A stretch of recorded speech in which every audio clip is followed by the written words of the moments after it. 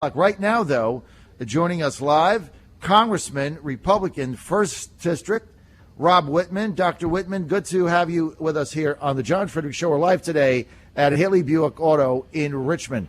Good to have you, sir. Good morning. Good morning, John. It's great to be with you this morning.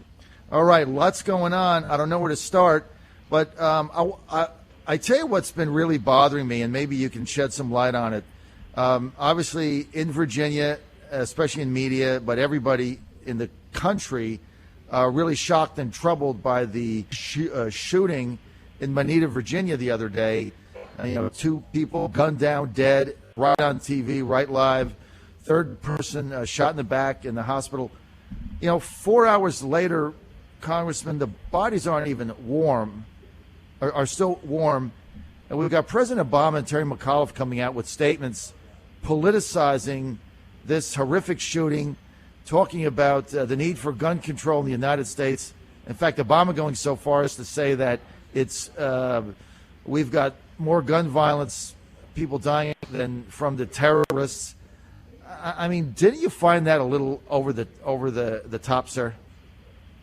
Absolutely, John. I think it's unfortunate that they are taking political advantage of a very tragic situation, and they are neglecting what I believe is the unspoken issue here, and that is how to deal with individuals that have significant and chronic mental health problems. We have a system in the United States that really creates challenges for folks dealing with individuals with mental health challenges. In fact, I was just meeting yesterday, John, with law enforcement officials in the Middle Peninsula. Went there and visited with the jail, and they showed me the challenges they have in dealing with individuals with chronic health conditions.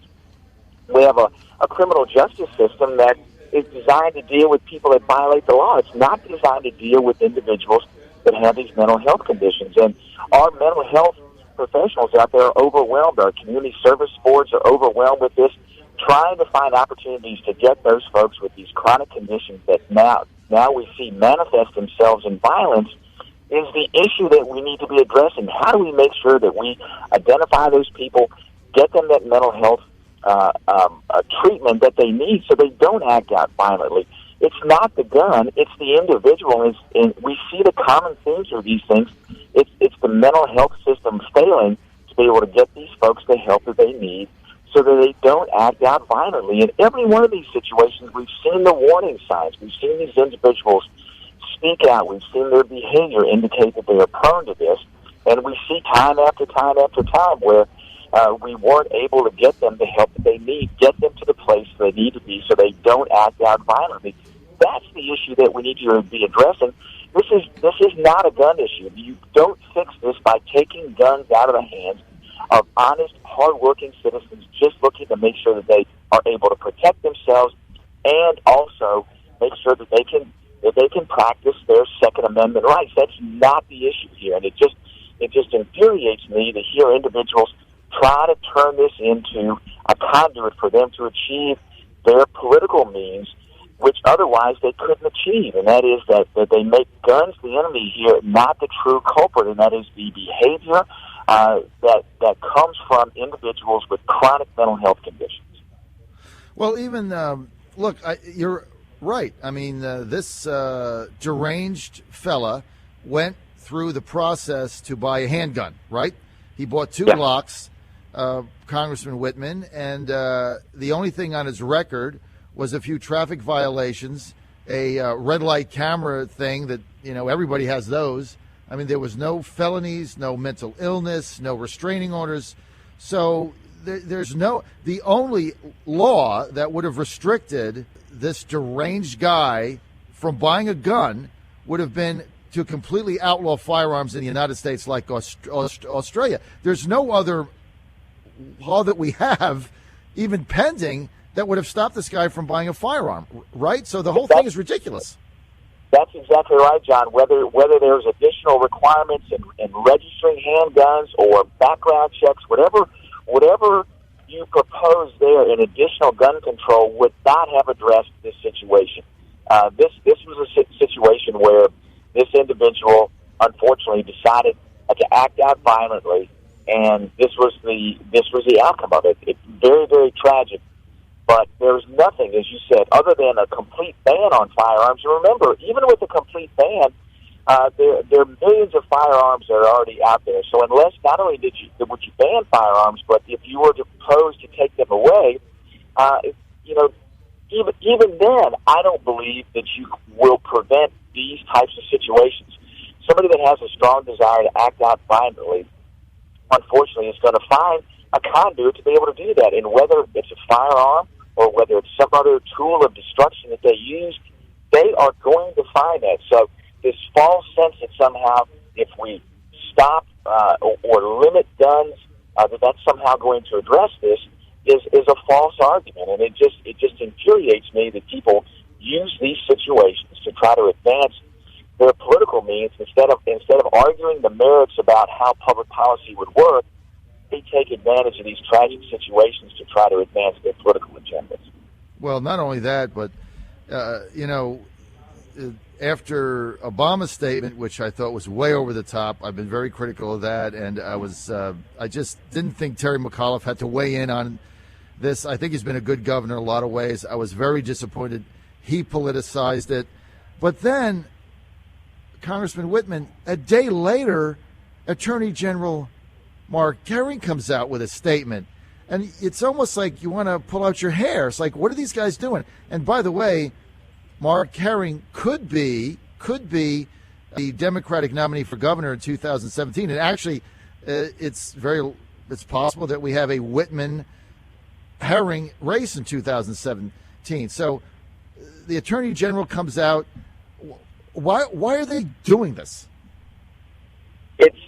It's perplexing, John, that they are using this opportunity to try, again, to advance political agenda. I think folks look at this just from a common sense standpoint and say, we need to do more to prevent these violent acts by addressing the root cause. And again, I go back to the whole issue about mental health and having a discussion about that and not trying to divert the attention to law-abiding citizens that are practicing their rights under the Constitution and responsibly using firearms. I mean, why would you want to interfere with those individuals that are responsibly using firearms? That's the issue here. And why not get at the root about the causation of these acts of violence with firearms? If you're looking at that, the things we've seen that have been successful in the past is increasing penalties for those folks that commit acts of violence with a firearm. When you do that, we found a significant deterrence when you do that. When you make sure that you're vigorously enforcing the existing laws to prosecute and maximize the penalties on those folks that commit acts of violence with a firearm. Period. I think if you do that, and then also those individuals that suffer from these mental health conditions, make sure that we have a system where when you identify these situations, those individuals can get help. We can get them in the long-term help. Many times what happens is they end up in the criminal justice system. They only stay there for 48 to 72 hours, then they're right back out on the street. So instead of addressing this in the long term, we put these individuals on a treadmill, and the system spits them right back out, and then people wonder why, after it's been identified multiple times, why we see these situations. And as you spoke of, an individual that committed this heinous act out in Roanoke, was somebody that had a deep-seated anger and decided that they were going to go and get a firearm. You laid it out perfectly about what could be done, not only under the existing system, but under any set of laws that would have prevented that. I don't see how you can make an argument that any type of additional rules or requirements on firearms could have prevented that. Now, I think many of the other situations where you had individuals that had these mental health conditions, you can argue that the mental health system is so overwhelmed that it's failed to get these individuals the help they needed to prevent these acts of violence. There's another budget impasse coming up. A lot of people telling me, your colleague Dave Bratt on my show the other day said, look, I got bad news. There's going to be another impasse. There's going to be another crom the bus. We're going to raise the debt again. It's going to be the same old story, deja vu all over again. Is that true? Well, I think Dave's correct. I think we're on path. Instead of getting all the appropriations bills passed, I think we're on path to another continuing resolution, unfortunately, and addressing the debt ceiling situation. That's coming up right around the corner. The question is when that debate comes up, what do we do to address this deficit and debt in the long term? You can't keep going down the road and saying we're going to increase the debt ceiling without any consideration about what you do to stop us from having to look at these deficits and this increase in debt. I mean, it's illogical to say, well, we keep borrowing money, keep adding to the deficit, keep adding to the debt, without some kind of long-term plan to say, we have to get these deficits to zero, and we have to begin to retire this debt. So I think that will be what we're facing when we get back. Obviously, the end of the fiscal year occurs September 30th, so something has to happen before then concerning the funding issues. And again, John, as you know, I've been very consistent about saying we must get all of these appropriations bills done. And when as soon as the Congress left Washington at the beginning of August, I had implored the Speaker prior to that time and had a bill in to say unless we have all appropriations bills done so we don't have to have these continuing resolutions, we should not leave Washington. The leadership decided we're going to leave for this ridiculous 5-week recess, which is an artifact of the past. It's an artifact of the days of when members of Congress were farmers, when there was no air conditioning and you had to travel by horse and buggy. Got plenty of air conditioning, plenty of jet aircraft. We can get in and out of Washington. So we leave for 5 weeks knowing that these are the big issues we have to address. I wrote the Speaker as soon as the Congress left and said, call us back into session. We're under this ridiculous pro forma session. Call us back into Washington. Let's get these jobs done. Let's have the debate so we can reasonably and thoughtfully address these issues of the deficit and the debt. Make sure we're making the right decisions about these appropriations bills where we can get the details done in the right way. Make sure we can lay out a plan to address the deficit and the debt concerning this debt ceiling issue. But yet, here we are. And I know people want to be back in the district, but you can do that for a week or two. 5 weeks in the face of what we have to do. And, John, we will have 13 legislating days when we get back. That's all. To address all these issues, we have to address the Iran nuclear deal, the debt ceiling, the transportation bill, which expires at the end of the month, the continuing resolution or whatever it is to fund the government, in addition to the debt ceiling. Now, the debt ceiling we may have a little bit longer, but think of all of those extraordinarily important issues, and now we cram that into 13 days. So what you face, again, is this crisis management mode of trying to make important decisions in very short periods of time. It just doesn't make sense. It really is crazy, and I appreciate your taking light of this. You guys ought to be in there right now, like you say, working this out, because everybody knows what's coming down the pike. It's going to be another one of these. It's just going to be another one of these deals where everybody's running around with their hair on fire at the end and throwing up their arms, and we get another crumb-the-bus bill. I got a question here from Ray in Norfolk. He wants me to ask you about sequestration, Congressman Wittman. Where are we on that? Well, as you know, on the defense side, John, we have put dollars back into the defense budget, the dollars that have been taken out by sequestration, those $50 billion a year. We know how important it is to fund our military. So we put $63 billion back in. As you know, the president has threatened to veto that. The Senate has not, or has filibustered the defense appropriations bill coming to the floor in the Senate. The House has passed it, as well as the National Defense Authorization Act. I believe strongly that the sequestration for our nation's defense has been harmful. It has created a lack of readiness in many situations in an alarming way to where we're going to be in a very, very difficult position if challenged by other nations. And we see the world we live in is a much more dangerous place today.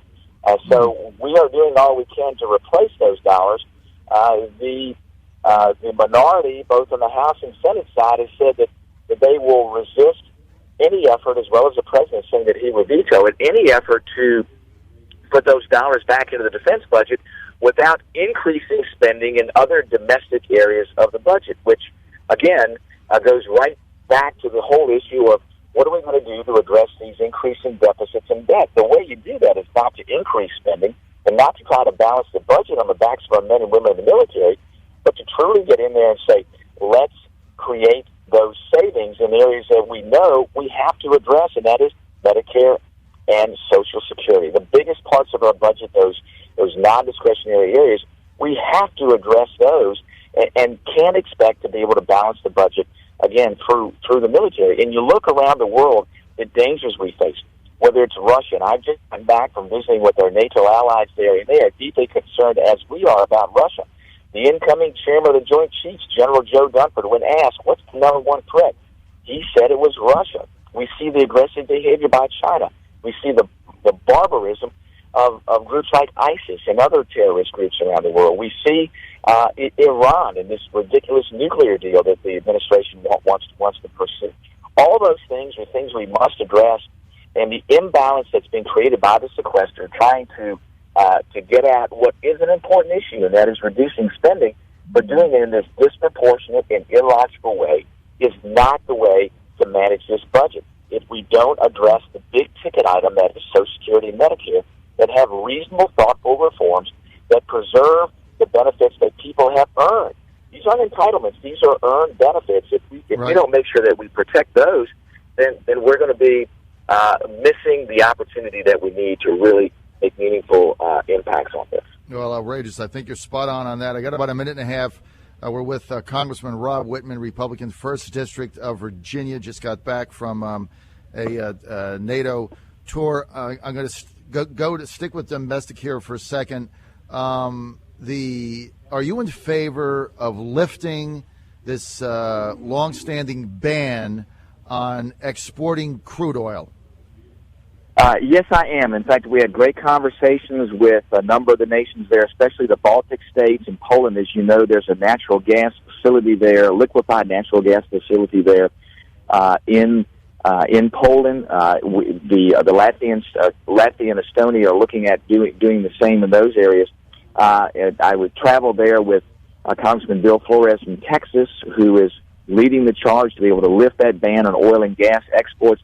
It allows us to work with our allies there, make sure that they are not dependent on Russian national gas. I think that provides us a strategic advantage in that region, plus an economic benefit here in the United States. With all the technology we've had to develop oil and natural gas here, we need to be able to use that economically and use it strategically. So, yes, I am in favor of lifting that ban. Okay, fantastic. So am I. As you know, I did an op-ed on the benefits of lifting it that ran Sunday in the Richmond Times-Dispatch. I'm sure you had a chance to read it, so you can take my arguments. Yes. They're free. Thank you. Hey, Congressman, I've only got 30 seconds. Listen, I'm a big Astro fan. We're in first place, Western Division AL. We're getting into the playoffs. What do you think? World Series, what's your pick? Wow, I'll tell you, the Astros are doing great in the National League. The Mets are absolutely on fire. It'll be interesting to see if they can continue that through the end of the season. But boy, offensively, they're just lights out. So it'll be interesting to see. I think the Astros will be there. The Mets will be there. On the American League side, a lot of different teams in the mix there. I think you have a lot more parity there. So it'll be interesting to see who comes out of the American League. I hesitate to even venture a guess there, but I definitely think that the Astros have been playing extraordinarily well, both offensively and defensively, getting great pitching, are going to be there. I think in that National League Championship Series, which will probably be against the Mets. So it'll be a great series to see, and as you said, hopefully we'll have a National League representative there in the World Series. All right, Astros. Mets, or I should say, we will have a representative there. Hopefully, they'll be the victor in the World Series. All right, we'll see how it plays out. Washington's dead in that water. We're out of time. This is the John Fredericks Radio Network. Thanks for being with us. We want to thank Congressman Rob Wittman, as always, for being with us and for his campaign.